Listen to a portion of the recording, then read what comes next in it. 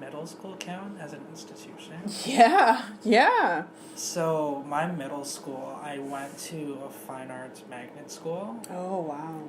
and it was like an hour and a half commute by bus to get there, and there were 3 people of color in the entire school, and there were 3 people of color in the entire school. I think that, first of all, I think sitting back for a second, I think that we all are in predominantly white spaces in the U.S. Mm-hmm. Even if you were in your own neighborhood or ghetto or like-minded people. Yeah. So that was kind of weird trying to maneuver my way through because I didn't know who liked me. I didn't know who was on my side. I didn't know who was really vouching for me or who was just taking notes, just trying to get me out of there. You feel me?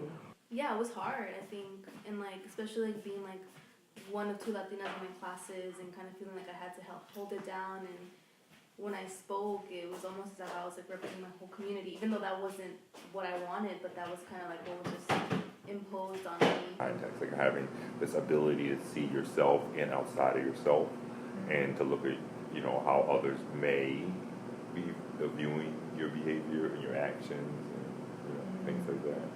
Lots of times, people's opinions are formed for you a long time before they meet you. Yeah. What would you want white people to know / be mindful of in these spaces?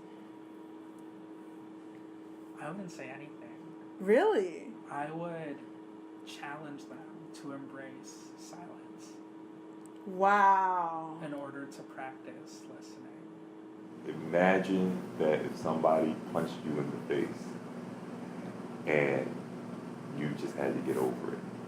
Wow. And then imagine if it wasn't a punch, there was something more, or they punch you every day for your entire life, and you just had to just get over it, and no one wanted to talk to you about it. You couldn't express how your feelings were hurt. You couldn't express how you're taking off guard. You couldn't talk about how your nose is swelling up. You just had to just get over it. And so imagine it's not punching, it's raping and hanging and lynching and throwing into the water and burning alive. For people of color, you become aware of your race, you become aware of your racial identity or ethnic identity, because in this country, you're faced with it in a way that with white folks, you don't, because the norm is this white culture, right? From Eurocentric, whatever you want to call it, and you can go your entire life without having to interrogate your own racial identity, because it's just the norm. It's just everything comes back to that.